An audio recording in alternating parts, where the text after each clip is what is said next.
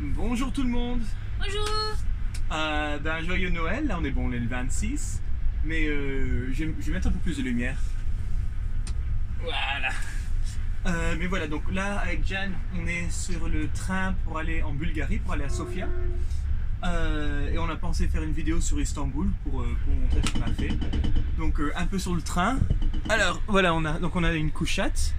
Donc c'est difficile à montrer, mais là il y a la couchette pour en haut. Donc on peut la descendre, puis ça, il y a un petit lit dedans. Et donc ça va sûrement être moi au-dessus. Là je pense qu'il y a quelqu'un à la porte. Et voilà, il y a la couchette du bas. Et puis ici on a un petit évier, une petite poubelle et juste une table pour, je sais pas, pour faire des trucs. Mais pour l'instant on va mettre le téléphone ici. Hop là. Voilà. Et là, ça va bien se passer.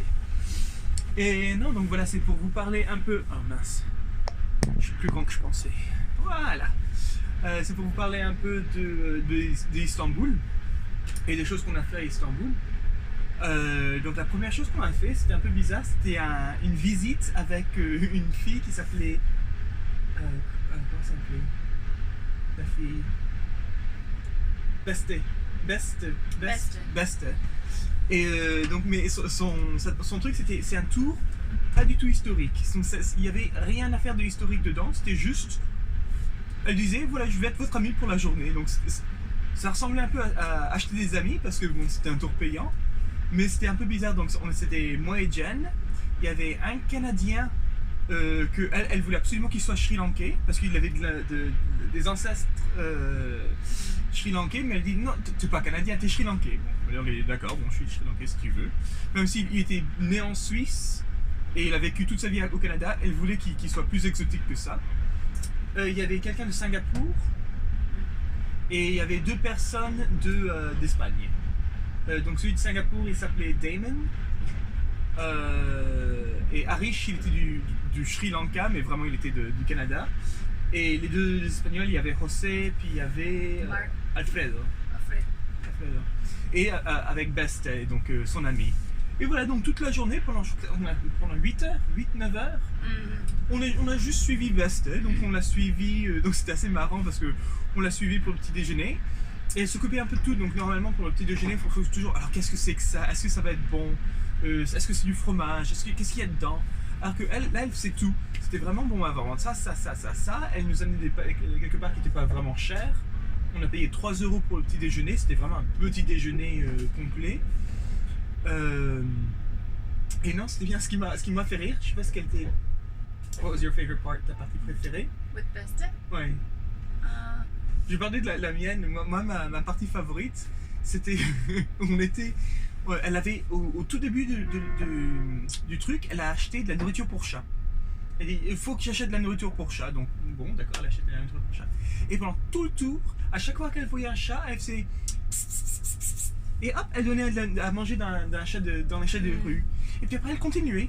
Et à un moment, donc c'était vraiment la fin de la visite, il y a un grand escalier, parce qu'on est sur une colline, il y a un grand escalier. Et elle donne à manger au chat. Et il y a, je crois, 6-7 chats qui étaient venus à côté, qui étaient là, ils étaient bien contents les chats. Et il y avait un chien dans une maison, mais il regardait, il secouait la queue, il voulait vraiment manger. Donc Bastel dit, oh, il a faim le chien. Donc elle donne de la nourriture au chat, au chien, et apparemment il a dévoré ça. Et donc elle dit mince, ce chien a vraiment faim, faut lui donner plus. Donc elle va trouver de la nourriture pour chat, une maison avait laissé de la nourriture pour chat en dehors de chez eux. Elle prend cette nourriture là, elle le donne au chien. Donc c'est vraiment, moi ça m'a fait rire, c'était assez intéressant. Toi? Je pense tu manges la pomme de terre très gros. Oui, donc à un moment Basti nous a amené c'était à côté du pont qui traverse le Bosphore. Et c'était pour l'équivalent de 3,50 €. On avait une pomme de terre, mais une grosse pomme de terre. Pomme de terre, donc pomme de terre. Voilà, donc ils ont ouvert la pomme de terre, mais comme quand tu ouvres une pomme de terre, ça n'a pas l'air vraiment plein, ils mettaient plus de pommes de terre dans la pomme de terre. Et en plus, dedans, ils disaient qu'est-ce que vous voulez dedans? il y avait le choix de olives, de carottes, peut-être pas de carottes, mais olives, Mais, quoi? du maïs, Maïs, de la sauce forte, sausage, oui, de la saucisse, cheese. des petits pois. Il y avait plein de trucs, je dirais, il y a quoi, 10 trucs? Like, how many toppings? Like 10? 10, yeah. Oui, à peu près 10. Et donc, ils nous disent, qu'est-ce que vous voulez? Et donc, on regarde, on fait tout. D'accord. Et ils ont tout mis dedans. Donc, c'était une grosse pomme de terre avec mais tout dedans. Puis, oui, dans la pomme de terre, ils ont aussi mélangé du fromage. Donc, au début, ils ont mélangé du fromage, après, ils ont tout mis. Des cornichons. Oui, c'était vraiment de la grosse pomme de terre. Donc, ça, c'était pas ta partie favorite. Mais aussi quelque chose qui m'avait fait rire. Je pense toujours qu'il y a quelqu'un à la porte maintenant. Il y avait la pomme de terre. Ah oui, il y avait aussi un moment, donc on s'était assis. C'était juste avant les chats, sur les escaliers. Et elle nous a lu des expressions turques. Et il fallait deviner ce que ça voulait dire. Et donc, par exemple, c'était your fish fleshed. Oh, Donc, yeah. qu'est-ce que ça veut dire? Avoir la peau de poisson. Et avoir la peau de poisson, ça voulait dire être plus enveloppé. Mais surtout pour les filles, pas pour les garçons. Ah, surtout pour les filles. Mais voilà, c'était pour être plus enveloppé. Et après, il y avait, qu'est-ce que ça veut dire? J'espère. Pardon, il y a le train qui fait sauter les oreilles. Qu'est-ce que ça veut dire d'avoir. Je vous souhaite que vous partagez un coussin, one pillow for your life, un coussin pour le reste de votre vie. Donc ça veut dire quoi? Ça veut dire j'espère que vous n'allez pas vous bagarrer et que vous allez continuer à être dans le même lit. Des trucs comme ça. Et donc elle nous disait les expressions en anglais mais traduites littéralement du turc. Et il fallait deviner. Donc ça c'était assez marrant aussi. Et bien sûr le jeu. Le jeu, yeah. Donc il y avait, je sais pas pour toi, mais moi je me suis bien entendu avec Arish et avec Damon aussi, mais avec Arish surtout. Et Basset nous a dit que pratiquement à toutes les questions qu'on nous demande en Turquie, si c'est à voir avec une personne historique, la réponse ça va être Atatürk. C'est n'importe quoi. Qui c'est qui a fait ça? Atatürk. Qui c'est le monsieur qui a gagné la guerre? Atatürk. Tout est Atatürk. Et que avec son frère quand c'était plus petit. Le jeu qu'ils avaient entre eux, c'était il y avait quelqu'un qui posait la question qui c'est le plus grand turc? Et c'était le premier qui répondait Atatürk avait gagné. Et donc avec Arish on s'était amusé avec ça. Donc elle s'est retournée, elle fait qui c'est qui est le plus grand turc? Il dit Atatürk. C'est moi qui a gagné. Puis après c'est moi qui a posé la question et puis il y a Basta qui a gagné. Donc Arish n'était pas content. Mais non, c'était un bon jour. Donc voilà, toute la journée on a juste fait ça. Donc voilà, je dirais culturellement, enfin pas culturellement, mais historiquement, j'ai rien appris ce jour-là. Mais c'était plutôt pour voir la ville. Et puis en plus, c'était pas dans le quartier historique de la ville. Donc c'est plus à côté. Et puis, mais voilà, donc c'était bien parce qu'on se baladait. Puis après, on s'arrêtait pour le thé. Voilà, on va prendre le thé ici. Donc on s'est arrêté pour le thé. Elle nous racontait un peu des émissions de télévision qui étaient filmées à Istanbul. Et donc oui, il y a voilà, et puis comment les grands-mères ça marche en Turquie, que elles parlent partout et tout ça, donc c'était assez marrant. Donc voilà, on a fait ça. Et je voulais vous parler de 5 choses. Ça c'est la première chose. Bon, les autres ça va être beaucoup plus court. Par exemple la mosquée bleue. Et ça s'appelle la mosquée Sultan Ahmet maintenant. Enfin je sais pas si c'était juste. Anyway, ça s'appelle. Il n'y a pas de signe mosquée bleue, c'est la mosquée Sultan Ahmet. Et elle est belle, mais il y avait beaucoup de construction. Et je crois que ça a vraiment gâché le truc. De l'extérieur comme de l'intérieur. De l'extérieur, il y a une ou deux tours qui sont en construction. Une tour qui est en construction, mais ça gâche un peu la vue, quoi. Et à l'intérieur, la construction, c'est un peu partout. Donc oui, c'était pas super. De ce qu'on a vu, c'était beau. Mais le plafond était beau, mais le grand plafond, on ne pouvait pas voir parce que c'était en construction ou rénovation. Puis après, rebelote un peu pour l'Hagia Sophia, que ça avait l'air beau, mais qu'il y avait de la construction partout. Il y avait, bon, pas partout, c'était en entrant, c'était très très beau. Il y avait des mosaïques un peu partout, mais sur le côté gauche, vraiment toute l'aile gauche, c'était en construction. Et là, avec les bruits, donc non seulement on ne pouvait pas super bien voir, mais les bruits de la construction en même temps, Donc c'était un peu... Mais c'était marrant l'Hagia Sophia de voir que on dirait une cathédrale, mais c'était une mosquée aussi, donc de ce qu'on reconnaissait d'une mosquée, donc les tapis, non pas les tapis, mais les gros symboles des quatre... not the prophets, but the four big seals. Oh. Je me rappelle pas comment ça s'appelle. Il y a des cercles avec les noms des personnes importantes dans l'islam. Et donc c'est un peu là. Mais on dirait quand même une cathédrale. Et il y a aussi tout l'art, c'est la calligraphie arabe. Mais en même temps, ils ont découvert parce que quand les Ottomans ont fait ça, ont converti ça à une mosquée, au lieu d'enlever tout ce qui était chrétien, ils ont juste mis au-dessus. Et donc maintenant, juste en enlevant ce qu'ils avaient mis eux, on pouvait voir les mosaïques. Et donc il y a beaucoup de mosaïques, enfin beaucoup, il y en a 3-4 qu'on a vu nous. Ouais. Mais c'était assez impressionnant de voir, même c'est toujours là. Et maintenant c'est plus une mosquée, maintenant c'est un musée. Moi, ma partie favorite du jour, parce qu'on a fait pratiquement la mosquée, l'Hagia Sophia et les citernes. Les citernes le même jour. Donc les citernes de l'Hagia Sophia, c'était assez intéressant. C'est juste des citernes juste à côté de l'Hagia Sophia. Donc je crois que c'est pour alimenter la région en eau. Mais c'était vraiment...